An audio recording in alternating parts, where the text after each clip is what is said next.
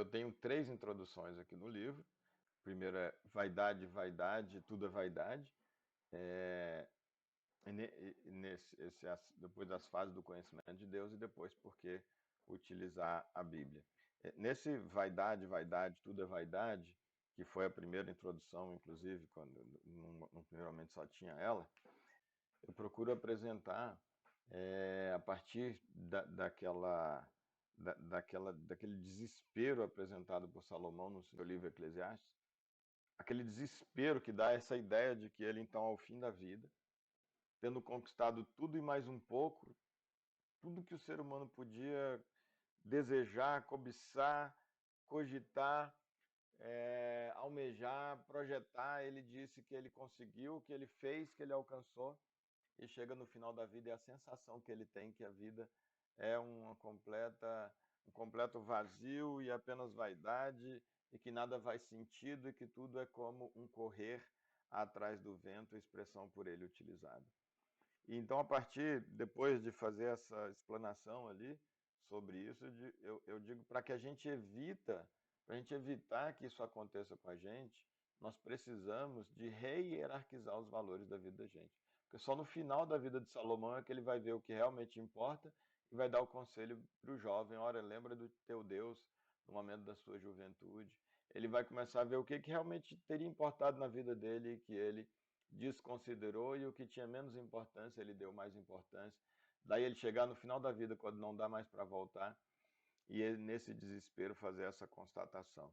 Então, eu apresento que nós precisamos fazer uma rehierarquização dos nossos valores, dos valores em geral, para não incorrermos nesse equívoco. E aí, então, nós temos que revalorar a partir do conhecimento da verdade sobre quem eu sou, de onde eu venho e qual o propósito da minha existência. Eu preciso, para eu conseguir revalorar os valores e saber o que realmente vale a pena, eu preciso primeiro saber quem que eu sou. Eu preciso saber, porque para eu saber qual é o propósito da minha vida, eu tenho que saber de onde eu venho. Para eu saber de onde eu venho, eu preciso saber de onde eu venho e quem eu sou. E é isso que, então, por isso que eu tomo esse texto dele, vaidade, vaidade, como início para essa apresentação do livro, nessa introdução do livro. E, de fato, o livro, então, apresenta o amor como sendo esse propósito da humanidade, como sendo a nossa origem, como sendo o nosso destino, como sendo o nosso tudo. E aí é por isso que se Jesus apresenta, como eu falei agora há pouco, Jesus e o apóstolo apresentam como toda a lei e os profetas, sendo culminando no amor, que tudo se resume, de fato, Jesus disse que no amor ao próximo e a Deus se resume toda a lei e os profetas. Então, se a lei e os profetas ela aponta para o Novo Testamento, se cumpre no Novo Testamento, e o Novo Testamento, o próprio Jesus é quem está dizendo que tudo se resume, que todo o velho se resume no amor. Então, toda a Escritura realmente precisa ser lida e interpretada e vivida, lida, interpretada e vivida a partir dessa chave hermenêutica que é o amor. A segunda introdução, então, que eu tenho é as fases do conhecimento de Deus. Porque então, sabendo que se a gente vai partir para essa busca de Deus, a nossa origem em Deus, né? E o nosso amor já vê como sendo o próprio Deus, Deus é amor, né? É a nossa essência. Então, é muito importante, aqui nessa introdução achei importante acrescentá-la, a gente tem que ter noção das fases do conhecimento de Deus, que conhecer a Deus vai para muito além do que a gente pensa, às vezes, que é apenas entender a Bíblia, decorar a Bíblia, saber o que é a salvação, fazer uma sequência de palavras ali de arrependimento e de entrega e etc. Porque se você não conhece as fases do conhecimento de Deus, você corre o risco de estagnar, achando que já conhece a Deus em algum momento, mas ainda não conhecê-lo efetivamente, ter apenas concluído uma das fases do conhecimento de Deus. Ou você pode, por outro lado, achar que é impossível você se relacionar com Deus, ter esse conhecimento num nível mais avançado com Deus, porque isso seria, de repente, inatingível ou inalcançável. Então é muito importante essa noção dessas fases. E eu apresento então nessa introdução e ao longo do livro a gente vai trabalhando isso. A primeira fase no conhecimento de Deus como sendo o vazio existencial que toda a humanidade, na verdade, de uma forma ou de outra, todo ser humano em algum momento, em alguma medida, ele vai experimentar esse vazio. E por causa desse vazio, inclusive, é o que a gente costuma correr, uns vão para querer ganhar dinheiro, outros vão para a questão de relacionamentos, de amizades, outros para sexo, outros vão para a bebida, outros vão se entorpecer, mas consciente ou inconsciente, normalmente o conhecimento, né, o status, as pessoas estão nessa busca do preenchimento de um vazio existencial. Ela entende que se ela não preencher aquele vazio, ela não resolveu o problema existencial dela, a Bíblia não tem nenhum sentido para ela, né? Ela não vai encontrar a felicidade se ela não preencher esse vazio. E a segunda fase é a fase da carência transcendental. Por que a carência transcendental? É quando você percebe que esse vazio que você tem, ele é de uma carência que não diz respeito a nada desse mundo, a nada que esteja nesse mundo, ao mundo material. Mas que essa carência é uma carência de algo que transcende. Esse vazio para ser preenchido não há de ser preenchido com nada que existe nessa vida, mas deve ser preenchido única e exclusivamente com algo que está para além disso aqui, já que, inclusive, como foi o exemplo do próprio Salomão, depois de sair conquistando tudo e mais um pouco, a sensação é de que o vazio continuou e de que nada adiantou. E é por isso que a gente vê muitas pessoas ao final da vida desesperadas, muitas se suicidando, às vezes algumas não chegam nem a isso, muitas vezes jovens já cedo percebem que a vida não tem sentido e percebem que esse vazio nunca vai ser preenchido e já tentaram por várias formas e cai a ficha entendendo que não. Mas o que falta é perceber que esse vazio ele precisa de algo transcendental para ser preenchido, ele não pode ser preenchido com nada daqui. E aí, com essa consciência, então, de que essa carência precisa ser preenchida com algo transcendental, nós podemos partir para a terceira fase, que é a fase do conhecimento racional de Deus, que eu subdivido em 3 níveis esse conhecimento racional de Deus. Ele começa com a contemplação das coisas criadas, como inclusive Romanos vai dizer que o Paulo vai dizer no livro de Romanos, capítulo 1, que pela contemplação das coisas criadas nós conhecemos Deus. Por isso ele diz que quem não invoca Deus, quem não busca Deus, quem não busca conhecer Deus e se relacionar com Ele a partir desse conhecimento, é indesculpável, não vai ter desculpa naquele dia em que a humanidade toda for participar de um julgamento, for ser parte de um julgamento. Por quê? Porque a contemplação da natureza demonstra que Deus existe. Segundo Paulo, a contemplação da natureza, ela apresenta para a gente os atributos de Deus. É possível pela contemplação da natureza. Então, quando a gente contempla a natureza, a gente já está, de alguma forma, conhecendo racionalmente, porque a gente diz assim, poxa, tem que existir Deus, tem que existir um ser superior.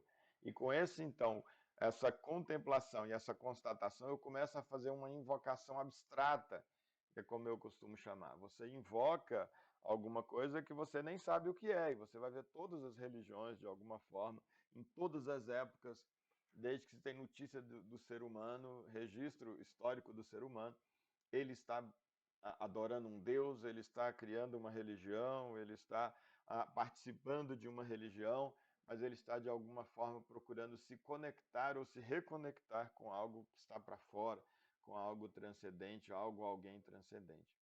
E aí nós temos a terceira nível nessa terceira fase de conhecimento racional, que seria o nível da revelação cognitiva.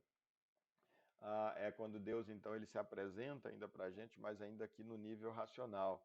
É onde a gente tem a Bíblia Sagrada, por exemplo, que é a grande fonte dessa revelação cognitiva, onde nós vamos entender um pouco a respeito de Deus e do seu propósito, e ao longo do livro nós vamos estar fazendo isso. Mas ainda não é, e essa grande risco de nós ficarmos nessa fase. A grande maioria de nós Nós temos a tendência de quanto mais conhecemos a Deus, estamos na religião, já conheço muito, já dou até aula na Bíblia, na igreja, eu já prego até na igreja. Então, não, agora eu já conheço Deus, eu já me relaciono com Deus, mas o risco muito grande de nós pararmos aqui por não sabermos que existe uma outra fase, que é a fase relacional do conhecimento de Deus. E como o próprio Jesus vai dizer no capítulo 6 de João, é feita a menção, onde Jesus chama a atenção das pessoas, ele diz, vocês examinam criteriosamente as escrituras, ou seja, criteriosamente vocês buscam essa revelação cognitiva aqui, e vocês estão indo bem, estão no nível muito avançado dessa revelação cognitiva, mas vocês não querem vir até mim para ter desvida. Então ele diz, realmente tem essa fase, porque ele diz, vocês fazem bem, porque de fato as escrituras contêm a vida eterna, mas elas dão testemunho a respeito de mim. São elas que de fato testificam a meu respeito. Agora, para ter vida, não basta vocês ouvirem a respeito de mim, não basta apenas vocês conhecerem o testemunho sobre mim, vocês precisam vir até mim e precisam se relacionar comigo, é o que está no capítulo 6 de João, e nós vamos lá na frente do livro meditar sobre essa passagem. Mas então a gente dá início a essa fase do conhecimento relacional com Deus, onde nós vamos então meditar aí no livro, vamos meditar aí em termos como regeneração, santificação e glorificação, mostrando então como 3 níveis aí também nessa fase do conhecimento de Deus e dessa quarta fase, que é a fase do conhecimento relacional. Então essa é a introdução segunda que eu faço. A terceira e a quarta. A terceira é porque a Bíblia, né, já que se eu tenho tantas possibilidades então de buscar as respostas aí para a minha existência, sobre o propósito da minha existência, de onde eu venho, para onde eu vou e etc. E por que eu vou? Se todas as religiões, na verdade, procuram de uma forma geral responder a essas questões, a essas indagações, por que eu vou buscar na Bíblia especificamente? E aí eu apresento então algumas razões pelas quais eu estou utilizando a Bíblia para nela buscar essa resposta, essa resposta a essas indagações, né? E de fato a Bíblia é citada nesse livro que você está tendo acesso e eu estou apresentando, ela é citada mais de 2.500 vezes. Dos seus 66 livros, só tem 10 livros que eu não faço menção, ou seja, 56 livros, dos 56 livros da Bíblia, 56 são fartamente citados mais de 2.500 vezes. Você vê, realmente eu adoto a Bíblia. Mas por que o Emerson está adotando a Bíblia? Porque se eu estou buscando o conhecimento de Deus, né, eu estou buscando essa transcendência, porque nada melhor então do que um livro que supostamente tenha sido escrito por Deus, inspirado por Deus, ou de fato seja um livro, vamos por dizer assim, homologado ou reconhecido por Deus, né? Por que não esse livro? Tudo bem, mas quem me garante que a Bíblia é esse livro? Quem me garante que a Bíblia de fato é a palavra de Deus? Quem de fato me garante que Deus realmente reconhece a Bíblia como sendo o seu livro, ou o livro que realmente tem essa base para o conhecimento cognitivo dele? E aí eu apresento então, no livro eu faço apenas a menção dos tópicos, mas lá eu tenho um link para um livreto onde eu detalho sobre isso. Então, primeiro que eu digo lá é por causa da unicidade, coesão e coerência da mensagem. É um dos indícios de que, de fato, a Bíblia seja a palavra de Deus e que Deus esteja nisso, tenha validado realmente isso, ele tenha inspirado realmente esse conteúdo, todo ou em grande parte, né? Não é o caso aqui agora, essa divergência, mas então é essa unicidade, coesão e coerência da mensagem. Como a gente, por exemplo, nesse livro aqui está apresentando, procurando apresentar toda a Bíblia, todos os seus 66 livros, falando única e exclusivamente a mesma coisa, de uma forma coesa e coerente, que é o amor. A mensagem da Bíblia toda, por mais que pareça falar um monte de coisa, ela só fala uma coisa, que é amor. A presença também dos relatos bíblicos em diversas culturas da antiguidade é um outro indício de que, de fato, a Bíblia mereça esse crédito aí, um crédito especial para esse conhecimento, é um indício de que seja, de fato, a palavra de Deus, contém a palavra de Deus, né? A confirmação arqueológica, científica e histórica dos seus relatos e afirmações. A preservação miraculosa e elevada quantidade de cópias ou dos manuscritos, né? Então, essa preservação ao longo de tanto tempo, a Bíblia tem trechos escritos aí há mais de 5, 6 mil anos, né? E dizer, puxa, como essa preservação ao longo de tanto tempo e essa quantidade elevada de cópias que permitiram que ela chegasse até os nossos dias atuais, até o momento onde ela tenha sido feita a concatenação. O cumprimento das predições anunciadas, né? Tantas profecias que tem no Velho Testamento, cumpridas na humanidade ao longo da história. E ali algumas são mencionadas lá no meu outro livreto que eu mencionei. O poder, e esse é um dos principais, é o poder transformador sobre a vida humana, porque de fato a Bíblia ela tem esse potencial, não como um fim em si, não, mas a partir desse conhecimento cognitivo. Quando a pessoa passa do conhecimento cognitivo dessa fase e a partir dela vai para a fase do conhecimento relacional com Deus, essa pessoa de fato é transformada. Esse poder transformador sobre a vida humana é um grande indicativo, um indício de que de fato a Bíblia é ou contém a palavra de Deus. O compromisso também de milhões de mártires ao longo da história da humanidade, na preservação, disseminação e confissão do conteúdo da Bíblia. Quantas pessoas morreram ao longo da história e ainda morrem hoje por causa e para propagar a palavra de Deus e para preservar a Bíblia, para fazer com que a Bíblia possa chegar a pessoas distantes no tempo e no espaço. É também um indicativo, é dizer, cara, esse livro tem que ter coisas muito preciosas para que essas pessoas tenham sacrificado ao longo de tanto tempo e ainda hoje sacrifiquem suas vidas para isso. Também o testemunho de pessoas consideradas importantes na história da humanidade pode ser apresentado como um dos indícios, e a quantidade de pessoas participantes das maiores religiões mundiais, por exemplo, os cristãos, né, evangélicos, católicos, judeus, muçulmanos, as maiores religiões da humanidade, elas adotam a Bíblia Sagrada, seja na sua íntegra ou seja em parte, mas elas adotam a Bíblia realmente como sendo o livro principal aí das suas religiões. De qualquer forma, para adotar a Bíblia ou qualquer outro elemento para essa busca, a gente vai desenvolver aqui no livro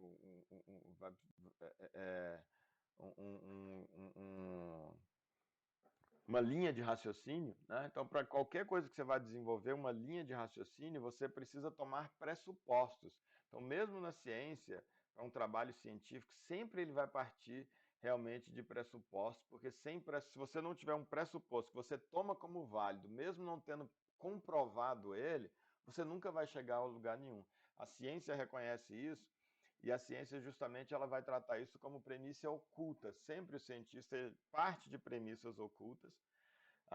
São coisas que, embora ainda ele não tenha a comprovação científica daquilo que ele está tomando como premissa, para ele partir então dela e desenvolver o seu raciocínio e desenvolver as suas teses e fazer os seus experimentos.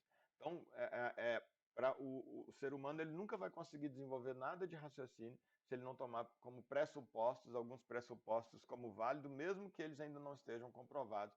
Porque sempre você vai, quando você achar aquele pressuposto que para você seria o pressuposto do raciocínio que você quer desenvolver, vai ter esse pressuposto depende de um outro pressuposto e você voltaria mais para poder comprovar aquele outro pressuposto e aí você descobre então que tem um outro pressuposto ainda depois e sempre um pressuposto do pressuposto e você nunca iria a lugar nenhum.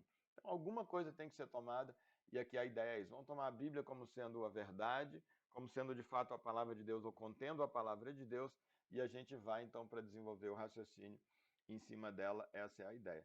E se isso já é verdade em relação a qualquer nível de desenvolvimento de raciocínio, qualquer a produção do conhecimento humano, isso é uma verdade, você tem que tomar um pressuposto como válido, ainda que ele não tenha sido ainda provado, No caso da Bíblia, mais ainda, eu tenho que tomar como pressuposto ali, e aqui a gente não vai chamar de fé, eu vou ter a fé na Bíblia, eu tenho fé de que é a palavra de Deus, então a partir dessa fé eu estudo a Bíblia, e aí então esse estudo ao mesmo tempo ele vai gerar essa e aumentar e fomentar essa fé em mim como um ciclo, e na medida em que eu começo a me relacionar de fato com Deus, não apenas mais no conhecimento, o Espírito Santo de Deus vai me trazer revelações no meu espírito sobre esse conteúdo, em que agora nada mais me tira a veracidade do conteúdo da palavra de Deus, porque agora eu tenho um relacionamento com ele,